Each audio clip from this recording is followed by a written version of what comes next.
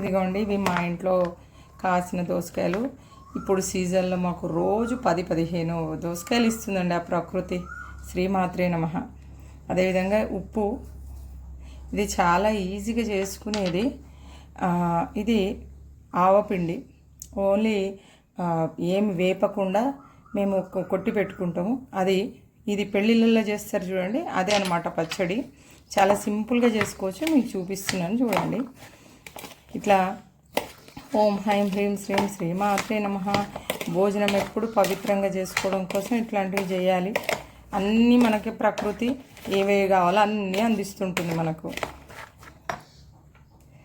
అష్టదిక్పాలకులకు స్మరిస్తూనే పసుపు, ఇవన్నీ మన భోజన క్రియలు జరుగుతూనే ఉండాలండి.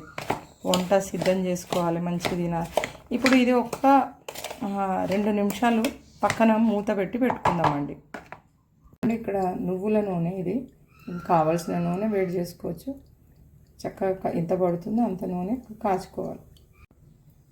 ఆవాలు, జీలకర్ర, మినపప్పు, ఒక 4-5 శనగపప్పు గుండ్లు వేసేయండి. ఇవన్నీ కలిపి ఇందులో వేసేసుకుంటున్నాను.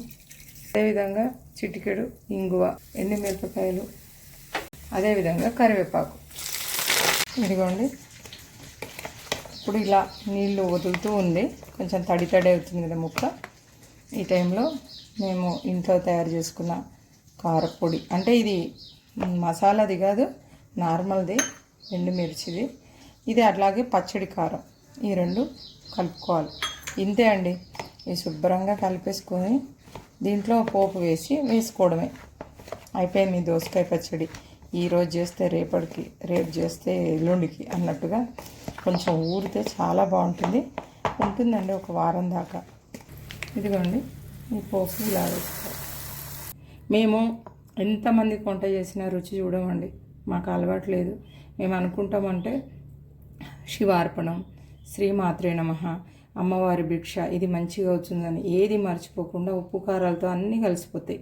అదే అన్నమాట.